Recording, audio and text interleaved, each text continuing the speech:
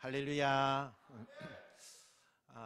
참 많이 어려운 시대에 우리가 살면서 또 코로나가 확산이 많이 되고 확진자가 많이 생기는 그런 지금의 시대입니다. 여러분들 특별히 마스크 착용 많이 이렇게 꼭 하셔야 됩니다. 손 깨끗하게 좀 씻어야 됩니다. 그리고 나가는 거, 외출하는 거 좀 자제하셔서 여러분들이 꼭 하나님의 은혜를 받고 또 나라와 민족을 위해서 기도 많이 해주셔서 빠른 시간 내에 이 코로나가 다 끝날 수 있게 해달라고 그렇게 기도해 주시면 감사하겠습니다. 지난 시간에 예루살렘 성전이 무너질 것이다 이렇게 예언하신 예수님의 말씀에 제자들이 깜짝 놀라는 반응을 보이게 되죠. 왜냐하면 유대인들이 생각할 때에 이 예루살렘 성전이 무너진다는 것은 뭘 말하는 거냐 하면, 성전이 무너진다는 것은 단순히 우리가 이 건물이 이렇게 붕괴되고 무너지는 걸 얘기하는 게 아니라, 예루살렘 그 성이 망하는 것은 그 도시가 망하는 것이고, 예루살렘이라는 것은 유대를 상징하는 건데, 예루살렘이 망한다는 것은 온 세상에 종말이 임한다라는 것을 그들이 생각하고 있었다는 겁니다. 그래서 단순히 성전이 무너질 것이다 라는 얘기를 건물의 붕괴로 받아들이지 않고, 제자들은 인류의 종말이 곧 오는구나, 인류가 곧 끝나겠구나, 이런 예수님의 예언이라고 생각하고 굉장히 이 이야기를 충격적으로 받아들이게 되는 거예요. 여러분, 지금도 이 현대에 사는 우리들도요, 정말 이런 얘기를 하면은 사람들이 두려워하는데, 2000년 전에 그 당시에 유대인들에게 종말하면 얼마나 불안하고 얼마나 무섭겠습니까? 이 얘기를 들은 제자들이 어떤 반응을 보이느냐? 예수님, 그러면 그렇게 예수님이 종말이라는 게 이게 온다고 하는데, 그러면 언제 오는 겁니까? 우리에게는 이런 걸 좀 알려주십시오. 또 종말이 오기 전에 뭔가 징조가 있지 않을까요? 어떤 상황이 이렇게 벌어지게 되고 또 무슨 징조가 있어서 그것을 경고로 여기고, 그리고 종말이 오지 않겠습니까? 그런 것이 뭐가 있습니까? 이렇게 묻지요. 7절을 한번 볼까요? 7절 한번 같이 읽어보겠습니다. 시작. 그들이 물어 이르되 선생님이여, 그러면 어느 때에 이런 일이 있겠사오며 이런 일이 일어나리 할 때에 무슨 징조가 있사오리까? 예수님, 적어도 우리에게는 언제 어떤 장소에서 어떤 현상들이 일어난다라는 것을 가르쳐 주십시오. 예수님께 이렇게 묻는 거예요. 예수님이 뭐라고 대답을 하느냐? 종말의 징조는 여러 가지가 나타날 거다. 그런데 그 중에 민족끼리, 나라끼리 서로 전쟁할 것이다. 곳곳에는 자연적인 그 재해가 막 일어나고 기상의 이변이 나타나고 무서운 전염병이 돌 것이고 이런 것들이 예수님이 말하는 종말의 때에 나타나는 그런 현상이다라고 이야기를 했어요. 여러분, 우리가 누가복음 20장, 21장으로 들어오면서 예수님께서 설교 말씀을 하시면서 조금 보면은 좀 드라마틱한 그런 설교를 하지 아니하고, 뭔가 좀 엄숙한 설교, 영적인 설교, 좀 부담스러운 설교, 이런 것을 하게 되는 것을 우리가 좀 볼 수가 있어요. 왜 그렇게 되느냐? 이제 예수님께서 예루살렘에 들어오셨어요. 성전에 들어오셨어요. 그러면 이제 앞으로 진행되어지는 일들이, 예수님이 어떤 일들이 일어납니까? 십자가를 지는 일.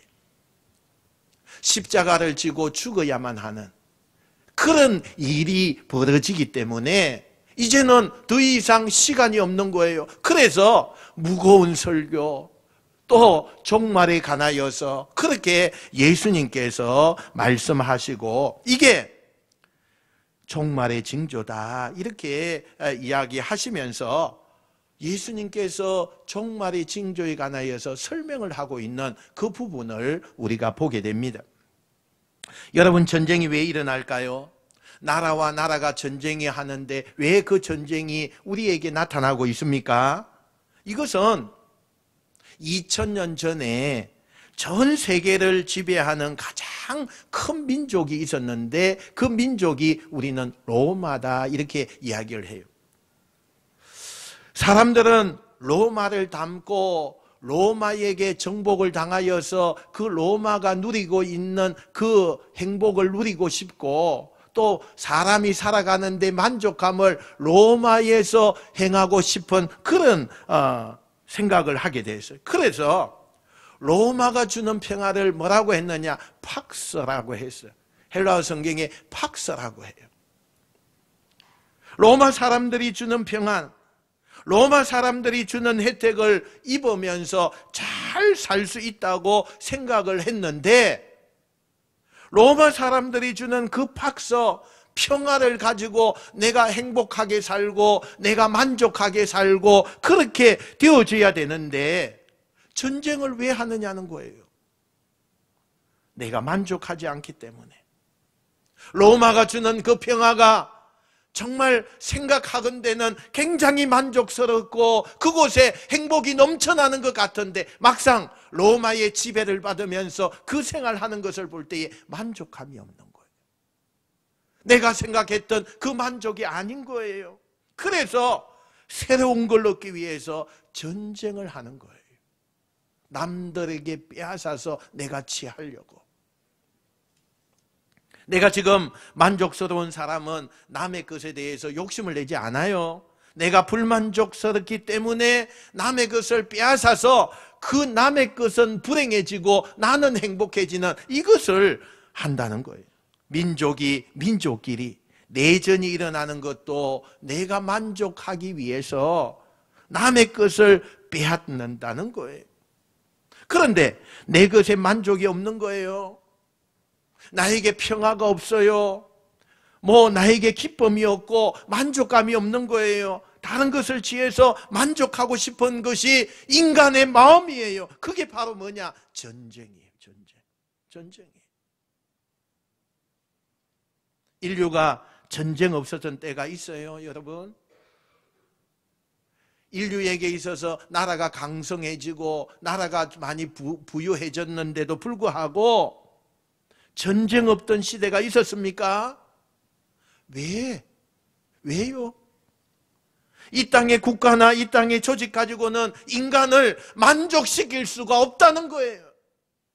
인간이 어떤 것을 취하여서 모든 것을 해본들 만족함이 없다는 거예요. 그래서 끊임없이 전쟁이 일어나는 거예요. 또 곳곳에 자연재해와 지상이변이 일어난다. 우리가 살다 보면 사람의 의지와 상관없이 맞이하는 운명과 같은 일들이 있잖아요. 그게 자연재해죠. 그게 자연재해. 기상이변, 자연재해, 여러분 우리가 원해서 일어나는 것입니까? 아니에요, 여러분. 우리는 원하지 않아요. 그런데 큰 폭풍이 와서 휩쓸려 가요. 너무나 비가 안 와서 메말라서 다 죽어서 먹을 것이 없어요. 여러분, 이렇게 기상이변과 자연재해는 우리가 원해서 일어나는 거 아니잖아요. 우리의 의지와 상관없이 일어나는 거. 그러면 왜 마지막 때에 하나님께서 이런 전쟁과 기상이변과 자연재해 이런 것이 있다고 말씀하시는 거냐? 사람이요, 참 이 세상이 영원한 줄 알고 착각하고 사는 사람들이 참 많이 있어요. 그런데 이런 자연의 재해, 전염병 내지는 이런 전쟁, 이런 큰 어려움이 없으면 잠자는 양심이요 깨어나질 않아요. 잠자는 양심이라고 하는 것이 묻어져 버려요. 그러니까 여러분, 자연의 재해들을 만날 때 어떤 사람들은 뭘 느끼는 거죠? 우리가 아무리 이 문명이 너무나 최첨단으로 달려가고 있고 이 문명 속에서 사람들이 정말 인간이 이렇게까지 우리가 할 수 있는가 할 정도의 그런 과학과 뭐 첨단을 살아도 하나님 앞에 인간은 교만해서는 안 된다. 이걸 알려주는 거예요. 이게 뭐냐? 자연의 재해예요. 기상이변이에요. 인간의 힘으로는 그걸 어떻게 할 수가 없어요. 그런데 그런 게 없을 때는 어떻게 하느냐? 인간이 대단한 줄 알아요. 천년 만년 내가 살아도 내가 죽지 않고 사는 것처럼 느껴요.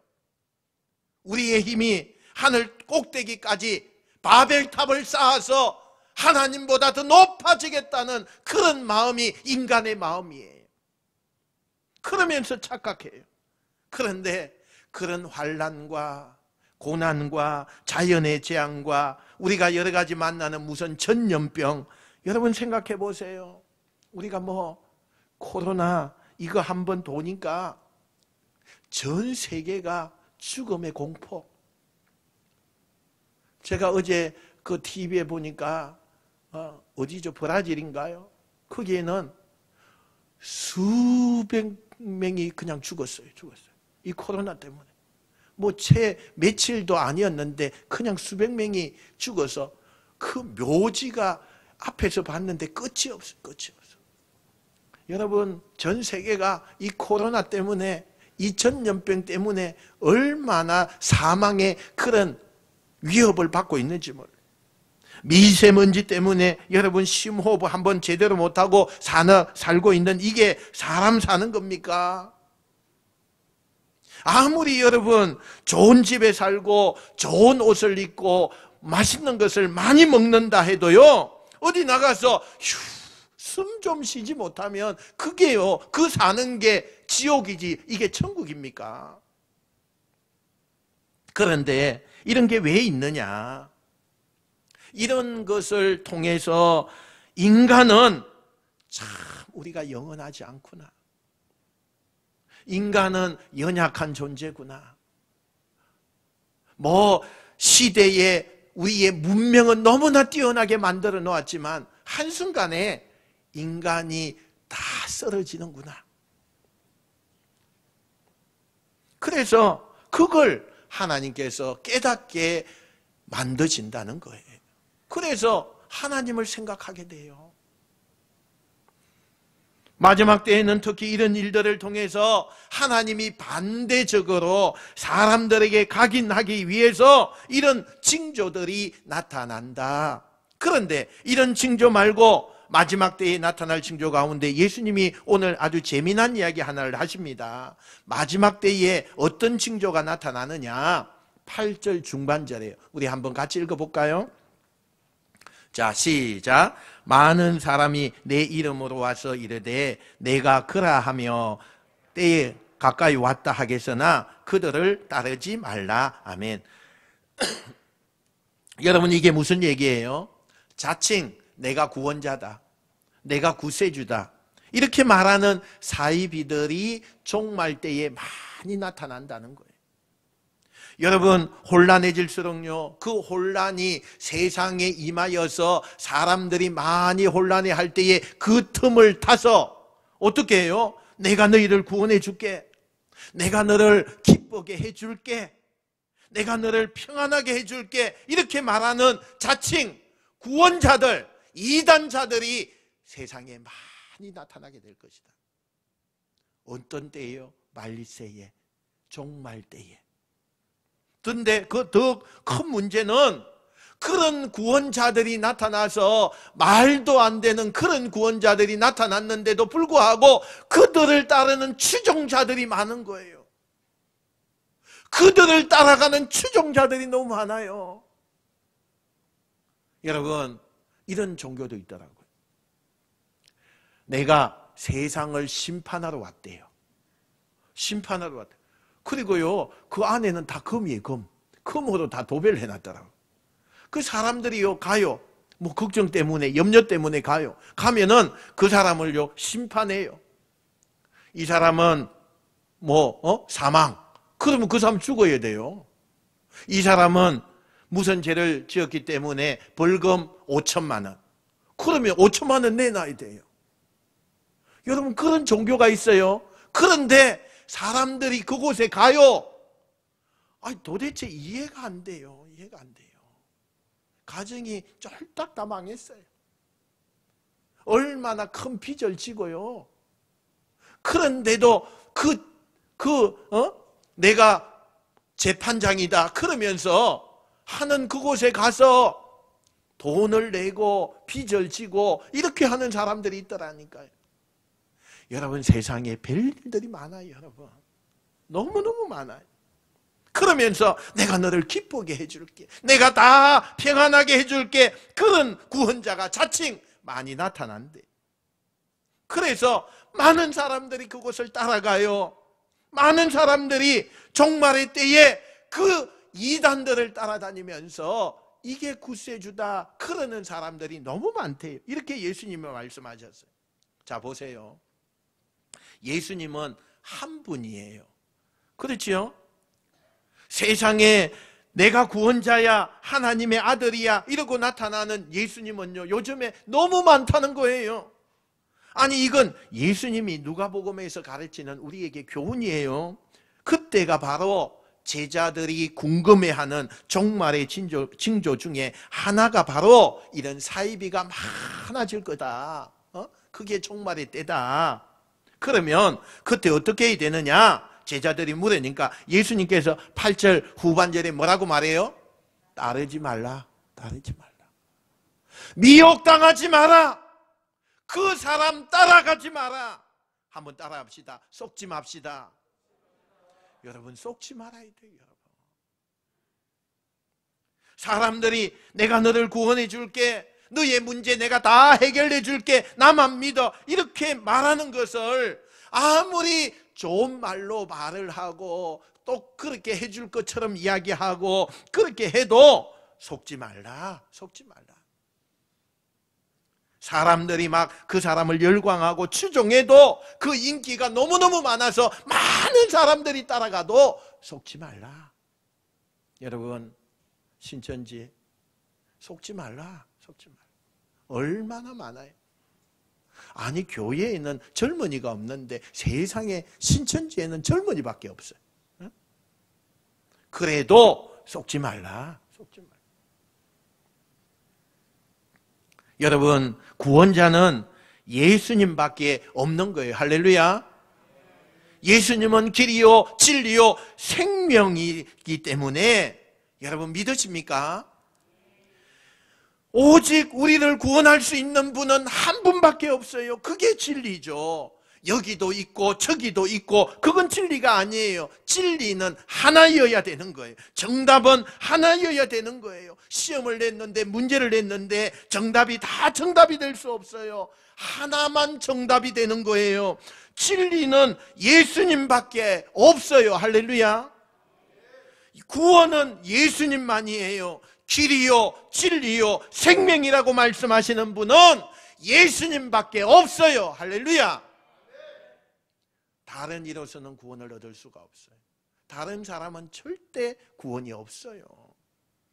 그런데 마지막 때가 되면 너무나 많은 사람들이 내가 구원자다, 내가 예수다, 내가 이 세상을 구원하러 왔다, 그렇게 많은 사람들이 외치고 나타나고 그것을 신봉하고 그것을 따라가는 사람들이 한두 명도 아니고 너무너무 많다는 거예요. 다 지옥으로 끌고 가는 거죠.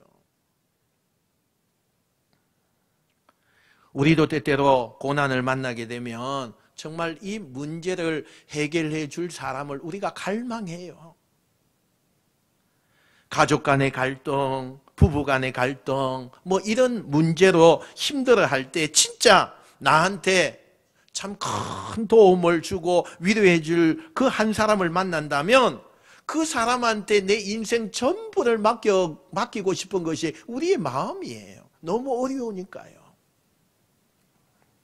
내가 정말 경제적으로 너무 힘들고 먹고 사는 게 너무너무 힘든데 나 먹고 살게만 해줄 수 있는 이 경제적인 문제만 해결해 줄 수 있는 사람 한 사람만 나타나면 나는 내 인생을 그 사람에게 다 맡기겠다. 그런 마음들이요 우리의 마음속에 다 있어요. 여러분, 엎어진 내 인생을 회복시켜줄 능력자, 이 한 사람이 나타난다면 나는 그 사람을 신뢰하고 그 사람을 따라가고 싶어요. 그런데 여러분, 성경은 뭐라고 말합니까? 사람들에게 얻는 구원은 영원할 수 없다는 거예요.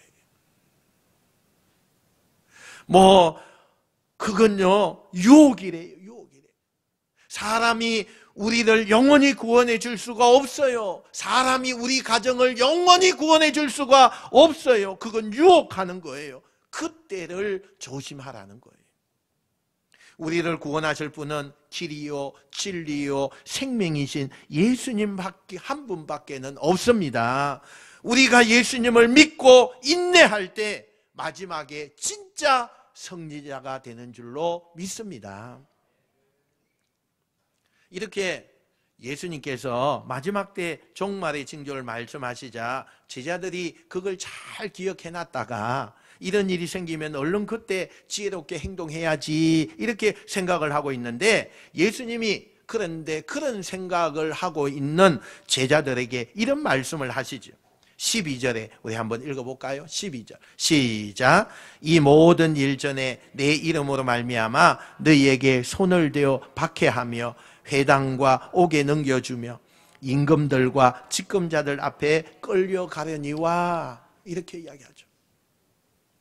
조금 전에 예수님이 말한 마지막 종말의 징조가 어떤 거냐, 그것이 나타나기 전에 너희들에게, 제자들에게, 예수 믿는 그 성도들에게 고난이 올 것이다.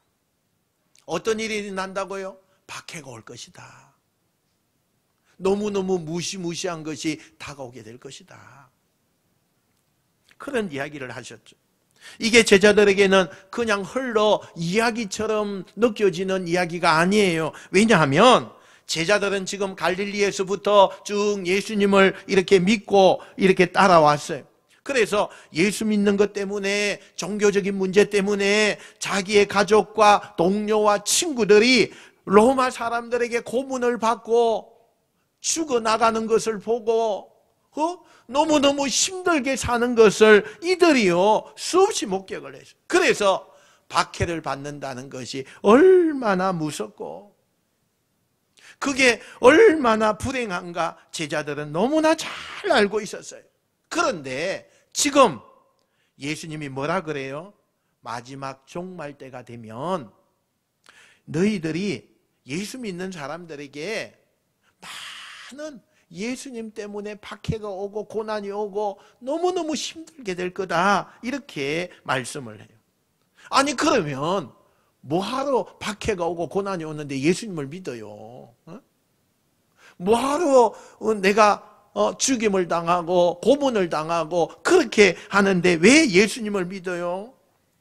예수님을 믿으면 박해가 없고 고난이 없고 조금 못 사는 사람도 더 잘 살게 되고 이렇게 돼야 되잖아요. 그런데 예수 믿는다는 것 때문에 박해가 와요.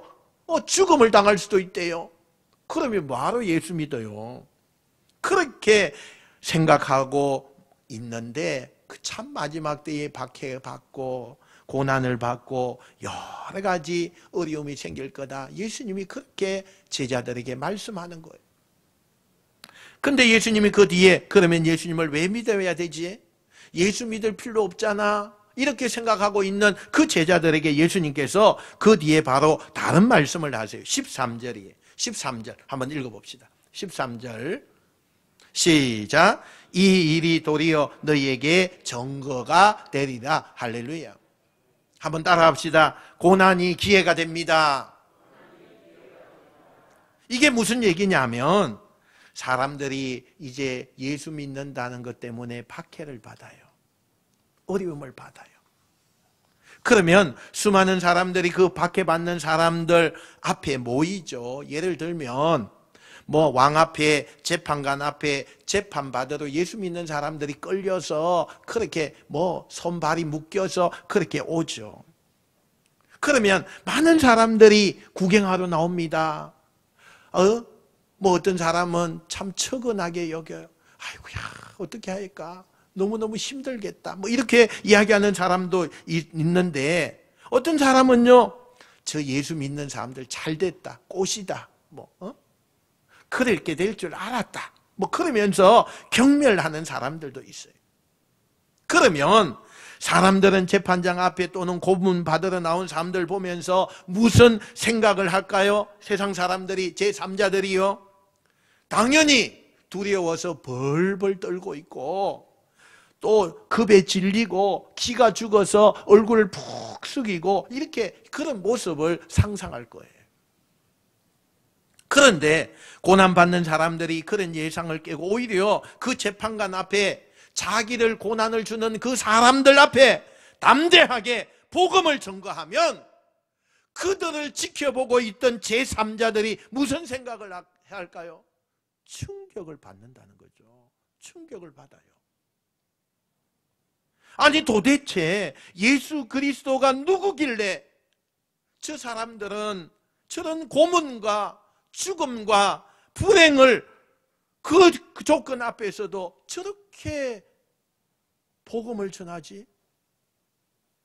도대체 저들이 믿는 예수 그리스도가 누구길래, 그 예수를 어떻게 만났길래 저렇게 박해와 고난과 그 어려움 속에서도 담대하게 예수님 이야기만 하고 하나님 이야기만 할 수 있을까? 오히려 그 제3자들에게 복음의 고난 때문에, 복음의 그 아픔 때문에 그때 오히려 당당하게 복음을 전하고 그러면 그것이 더 많은 사람들에게 예수 그리스도와 하나님과 복음의 가치를 드러낼 수 있는 기회가 된다는 말씀이에요. 여러분, 우리가 이 말씀을 꼭 기억하셔야 돼요. 그때 우리가 두려워하지 않고 낙심하지 않으면 그때 하나님 우리에게 뭘 주신다고 15절에 약속하시느냐. 15절 한번 보세요. 같이 한번 읽어봅시다. 시작. 내가 너희의 모든 대적이 능히 대항하거나 변박할 수 없는 구변과 지혜를 너희에게 주리라. 아멘. 여러분, 우리가요 용기와 은병과 지혜가 언제 생기는 줄 아십니까? 우리가 복음 앞에 고난을 받을 때, 그때 담대하고 그 고난 앞에 굴복하지 않을 때 하나님께서 우리에게 지혜도 주시고 언변도 주시고 우리에게 용기도 주신다는 거예요. 할렐루야. 여러분, 우리가 그럴 때 있어요. 분명히 고난 앞에서 우리가 주눅이 들어야 되는데, 내가 죽으면 죽겠다 하는 마음을 가지고 나는 이 신앙 지키겠다 이런 마음을 가지고 믿음으로 나가면 그 문제 앞에 당당하게 설 때요, 나도 모르게 소리가 나와요. 나도 모르게요 무슨 지혜가 떠올라요. 나도 모르게 용기가 막 나요. 그게 누가 주시는 거냐? 하나님이 주시는 거예요.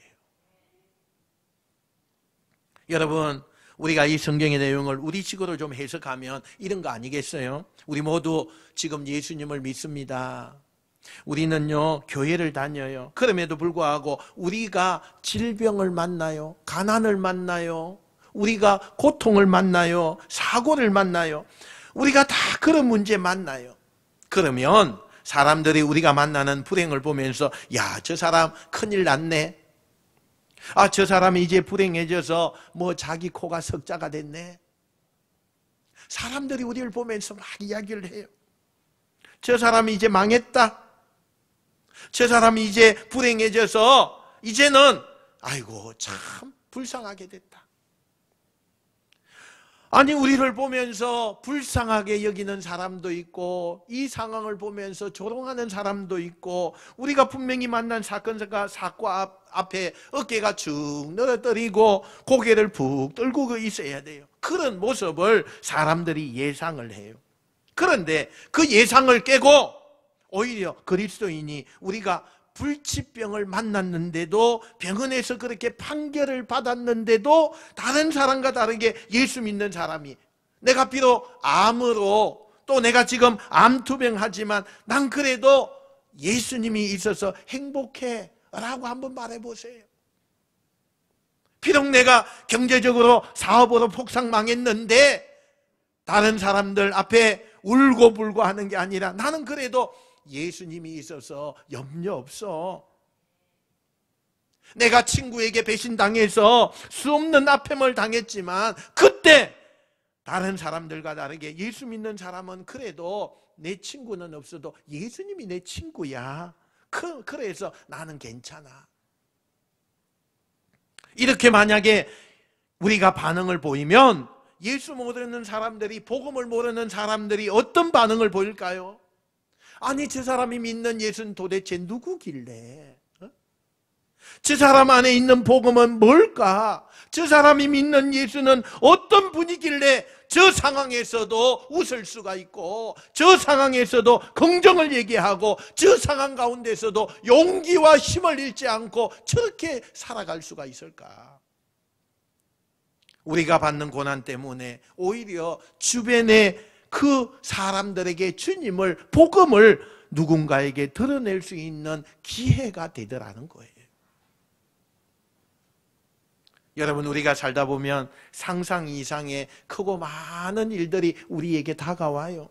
그 고난 앞에서 사람들은 종종 두려움에 떨고 낙심합니다. 그러나 여러분, 두려워하지 말고 예수 믿고 인내하시길 축원합니다. 여러분이 만나는 그 고난이요, 오히려 예수님을 전할 수 있는 기회가 되는 거예요.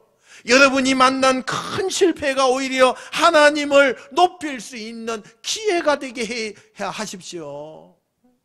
그때 우리 인생도 고난이 바뀌어지고 하나님의 역사가 임하고 하나님 앞에 쓰임받는, 하나님의 영광을 드러내는 귀한 자로 쓰실 줄 믿습니다.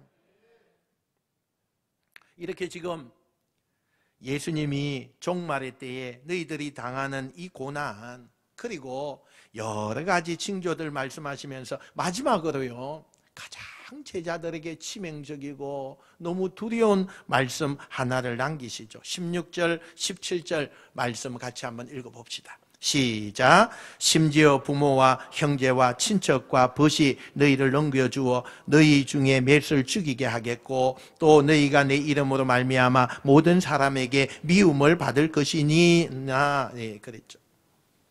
여러분, 많은 고대 사회도 그랬지만 지금 유대의 사회에서도요, 사람들의 삶을 지탱해 주는 그 원초적인 그 원통이 하나가 있는데 그게 뭐냐? 가정이에요. 가정이에요. 그러니까 2000년 전에 유대 사회에서 가족 중심의 이렇게 사회였거든요. 가족 안에서 교육을 받고 가족 안에서 생계를 꾸리고 이 가족이라는 울타리가 얼마나 큰 힘이 됐는지 몰라요. 그런데 뭐라고요? 마지막 때가 되면 심지어 너희들이 예수 믿는 것 때문에 부모, 형제, 가족들로부터 핍박을 받고 버림을 받을 수 있다. 그런데 제자들은 이게 너무 충격적이에요. 왜? 가족에게 버림받는다는 것은 세상을 살 수 없는 거거든요. 가족에게 버림을 당한다는 것은 완전히 세상에서 생매장 당하는 거거든요. 그런데 마지막 때가 되면 예수 믿는 사람들에게 심지어 가족, 친척, 자기 형제들에게, 부모들에게 버림을 받고 고난을 받고 또 그 모든 것을 너희가 당해야 될 것이다, 이런 얘기를 하는 겁니다. 그러니까 제자들이 이게 너무 충격적인 거예요. 그런 충격을 받는 제자들에게 예수님께서 한 가지 약속을 하십니다. 그러나 내가 너희에게 약속한다. 이 주신 약속의 말씀이 18절, 19절 말씀이 한번 같이 읽어봅시다. 시작. 너희 머리털 하나도 상하지 아니하리라. 너희의 인내로 너희 영혼을 얻으리라. 아멘. 내가 너희들 머리털 하나도 다치지 않게 지킬 것이다. 너희 부모, 너희 형제, 너희 가족들이 너희들을 버릴지언정 그 가운데 내가 너희와 함께 할 것이고 너희들 머리털 하나도 다치지 않게 내가 할 것이다, 약속을 하는 거예요. 좀 모순된 얘기 아니에요. 부모와 형제들로부터 버림을 받는데 머리털 하나도 상지 않게 할 것이다. 이게 좀 앞뒤가 안 맞는 말씀 아니에요. 이 말은요, 우리가 예수 믿는 것 때문에 육체적인 고난, 우리가 예수 믿는 것 때문에 우리가 세상에서 고난을 받을 수 있어요. 손해를 볼 수 있어요. 그러나 머리털 하나도 상치 않게 할 것이다 라는 것은 진짜 우리의 생명, 우리의 영혼, 이것을 하나님이 지켜주시겠다는 말이에요. 여러분, 지금 제자들에게 하신 이 말씀은 예수님께서 제자들을 안심시키기 위해서 공수표로 날리는 말씀이 아니에요. 이 말씀은 하나님을 믿는 모든 사람들에게 주시는 하나님의 약속이에요. 오늘 이 자리에 예배하는 여러분에게 주시는 하나님의 약속인 줄 믿으시길 축원합니다. 한번 따라합시다. 머리털 하나 상치 않게 하리라. 이게 하나님의 약속이에요. 여러분, 이 말씀 믿으십니까? 여러분에게 이 말씀이 아멘으로 오게 되길 축원합니다. 머리털 하나 상치 않게 하나님께서 여러분을 지켜주시겠다, 이 말씀이 여러분의 가슴 속에 새겨지는 역사가 있게 되길 축원합니다. 여러분, 이 말을 하나님께서 정말로 지키셨어요. 다니엘이 사자굴 속에 들어갔어요. 왕에게 절을 하지 않는다는 이유 때문에 그 굶주린 사자의 그 사자굴에 들어가셨어요. 그때 하나님께서 다니엘을 지킵니다. 머리털 하나 상하지 않게 깨끗하게 지키는 것을 보게 돼. 훗날에 베드로가 복음을 전하다가 감옥에 갇혔어요. 사형 선고를 받았어요. 그런데 하나님께서 감옥의 문을 여셔서 머리털 하나 상하지 않고 큰 짐을 받는 역사가 일어나요. 할렐루야. 사도 바울은 복음을 전하고 자신의 삶을 돌아보며 이런 고백을 합니다. 로마서 8장 35절 37절에 누가 우리를 그리스도의 사랑에서 끊으리요? 환난이나 공고나 박해나 기근이나 적신이나 위험이나 칼이라. 그러나 이 모든 일에 우리를 사랑하시는 이로 말미암아 우리가 넉넉히 이기느니라. 할렐루야. 하나님께서요, 이 제자들에게 약속하신 이 말씀은 오늘 우리들에게 주시는 말씀인 줄로 믿습니다. 따라합시다. 나는 너를 지킬 것이다. 할렐루야. 마지막 때가 되면 분명히 언젠가는 끝이 있겠죠. 언젠가는 끝이 있어요. 그때가 되면 징조가 있다고 예수님이 말씀하셨어요. 우리는 지금 여러 가지 징조를 보면서 영적으로 정말 마지막 때구나. 예수님이 말하는 그 마지막 종말의 때의 징조를 보면서 오늘날 우리가 사는 이 시대의 그 징조를 보면서 마지막이구나.